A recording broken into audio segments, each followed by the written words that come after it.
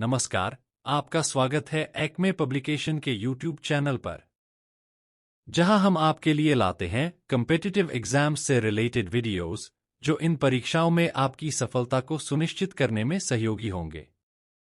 आज हम बात करेंगे प्रमुख समसामयिक घटनाओं की और उन पर पूछे जाने वाले संभावित प्रश्नों की। प्रत्येक प्रश्न को आपको अच्छे से समझ लेना चाहिए, ताकि परीक्षा में गलती की संभावना कम से कम रहे। तो सबसे पहले नजर डालते हैं आज की प्रमुख समसामयिक घटनाओं पर। देश में हर साल 5 सितंबर को डॉक्टर सर्वपल्ली राधाकृष्णन की जयंती को राष्ट्रीय शिक्षक दिवस के रूप में मनाया जाता है। स्कूली शिक्षा और साक्षरता विभाग ने इस वर्ष के राष्ट्रीय शिक्षक पुरस्कार के लिए देश भर से 50 शिक्षकों का चयन किया है।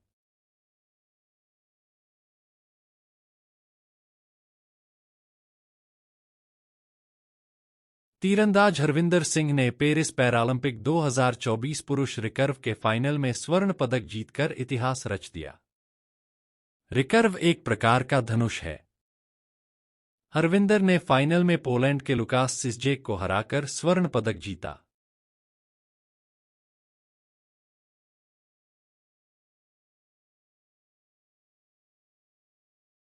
शरद कुमार ने पेरिस पैरालंपिक 2024 में पुरुषों की ऊंची कूद T63 में रजत पदक जीता और मरियप्पन थंगावेलु ने कांस्य पदक जीता।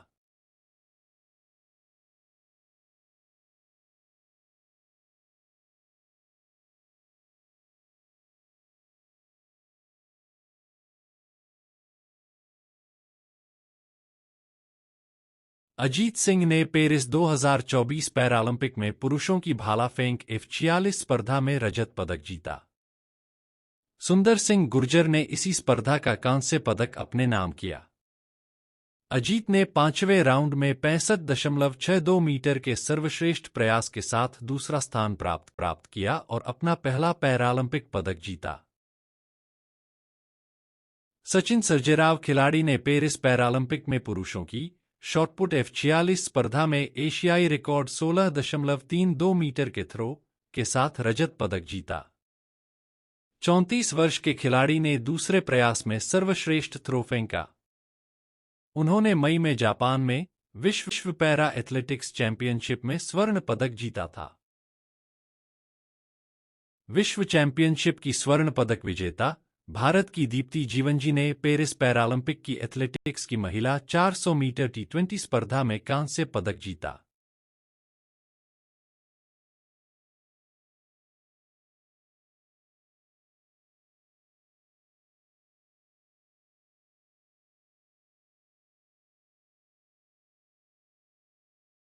ग्रीन हाइड्रोजन पर अंतर्राष्ट्रीय सम्मेलन का दूसरा संस्करण नई दिल्ली में 11 से 13 सितंबर तक आयोजित किया जाएगा। इस आयोजन का मकसद ग्रीन हाइड्रोजन मिशन को आगे बढ़ाना है। ग्रीन हाइड्रोजन बिजली का उपयोग करके पानी के इलेक्ट्रोलिसिस द्वारा उत्पादित हाइड्रोजन है। ग्रीन हाइड्रोजन के उत्पादन से ग्रे हाइड्रोजन के उत्पादन की तुलना में ग्रीनहाउस गैस का उत्सर्जन काफी कम होता है। पोषण ट्रैकर बच्चों के पोषण विकास की वास्तविक समय की निगरानी और मूल्यांकन के साथ बच्चों के लिए एक स्वस्थ भविष्य सुनिश्चित करता है। पोषण ट्रैकर भारत में कुपोषण की समस्या का सामना करने के लिए एक डिजिटल पहल है। यह ट्रैकर बच्चों के पोषण और विकास की निगरानी करता है, जिससे समय पर हस्तक्षेप सुनिश्चित हो सके। महिला एवं बाल विकास मंत्रालय ने पोषण ट्रैकर पहल के माध्यम से 0 से 6 वर्ष की आयु के बच्चों के स्वास्थ्य और कल्याण को सुनिश्चित करने की दिशा में महत्वपूर्ण कदम उठाए हैं। इस पहल को ई-गवर्नेंस 2024 का राष्ट्रीय पुरस्कार भी प्राप्त हुआ है, जो इसकी सफलता को दर्शाता है। पोषण ट्रैकर का उद्देश्य बच्चों के पोषण संबंधी मुद्दों की पहचान करना और उन्हें संबोधित करना है, जिससे बेहतर पोषण परिणाम सुनिश्चित हों। इसरो ने की 1 दिन के जलवायु परिवर्तन से जुड़े फ्री ऑनलाइन कोर्स की घोषणा।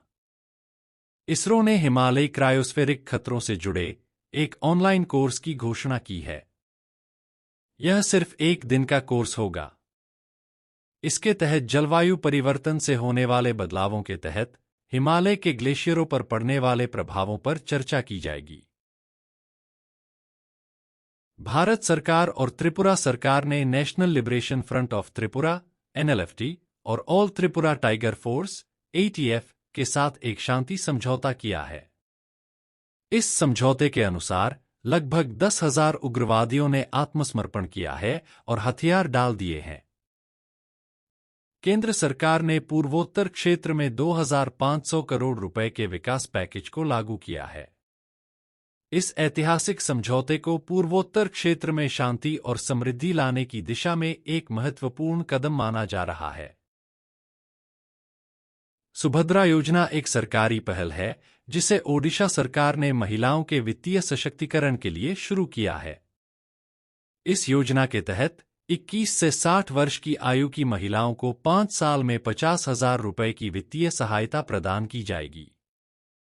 लाभार्थी महिलाओं को यह राशि 2 किस्तों में दी जाएगी, प्रति वर्ष 10,000 रुपए की दर से। इस योजना के तहत सुभद्रा डेबिट कार्ड भी जारी किया जाएगा, जिससे महिलाएं डिजिटल लेन देन कर सकेंगी।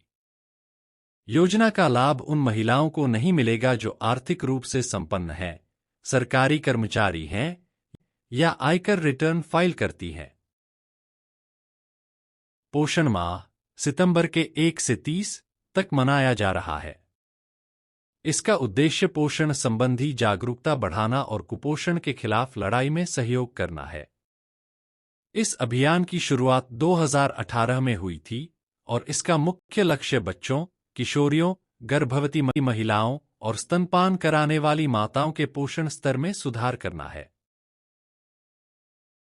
शरद कुमार और मरियप्पन थंगावेलु ने पेरिस पैरालंपिक 2024 में किस इवेंट में भाग लिया?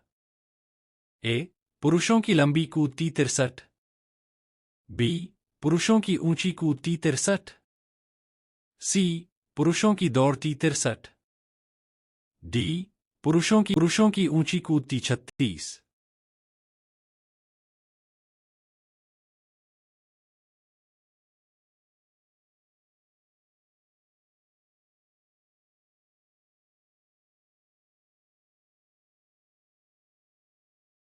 महिला एवं बाल विकास मंत्रालय को किस पहल के लिए ई-गवर्नेंस 2024 का राष्ट्रीय पुरस्कार मिला है? ए. मिशन शक्ति, बी. पोषण ट्रैकर, सी. बेटी बचाओ बेटी पढ़ाओ, डी. सुकन्या समृद्धि योजना।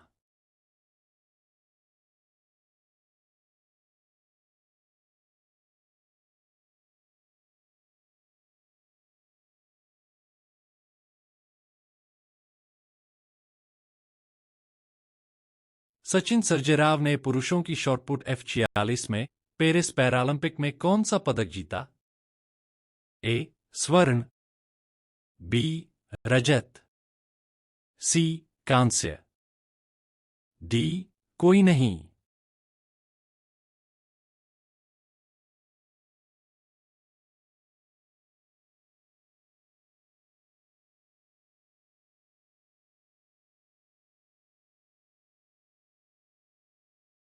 दीप्ति जीवनजी ने महिला 400 मीटर T20 में पेरिस पैरालंपिक में कौन सा पदक जीता? ए. स्वर्ण, बी. रजत, सी. कांस्य, डी. कोई नहीं।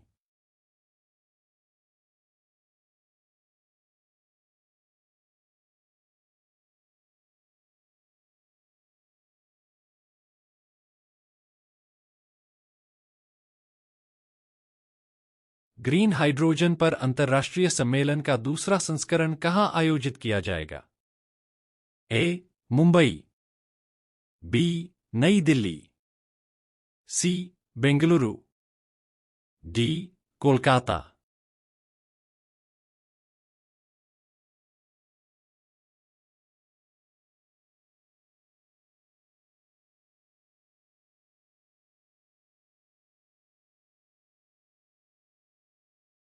भारत सरकार और त्रिपुरा सरकार ने किसके साथ शांति समझौता किया है? ए.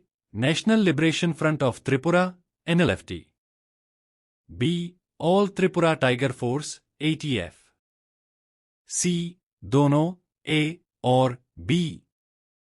डी किसी के साथ नहीं।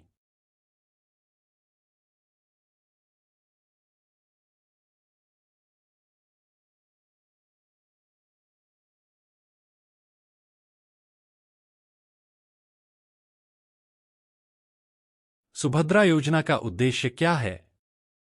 ए बच्चों के लिए शैक्षिक सहायता। बी महिलाओं का वित्तीय सशक्तिकरण। सी वरिष्ठ नागरिकों के लिए स्वास्थ्य सेवाएं। डी युवाओं के लिए रोजगार के अवसर।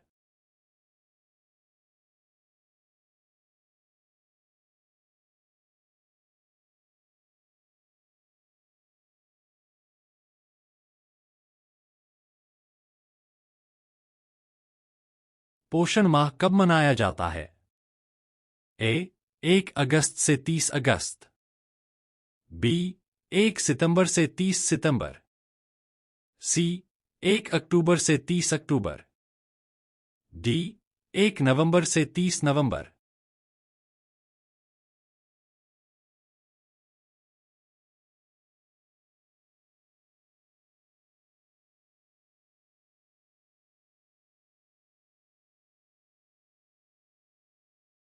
पोषण माह की शुरुआत कब हुई थी?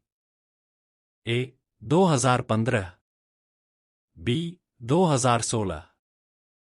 सी 2017। डी 2018।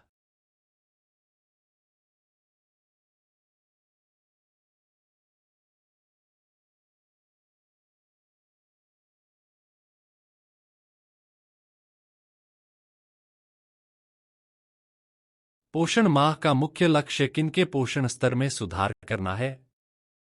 ए बच्चों। बी किशोरियों। सी गर्भवती महिलाओं और स्तनपान कराने वाली माताओं। डी उपरोक्त सभी।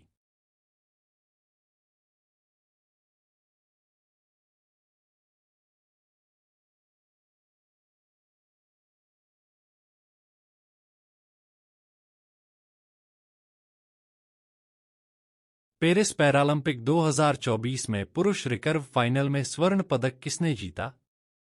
ए लुकास सिस्जेक। बी हरविंदर सिंह। सी तरुणदीप राय। डी प्रवीण जाधव।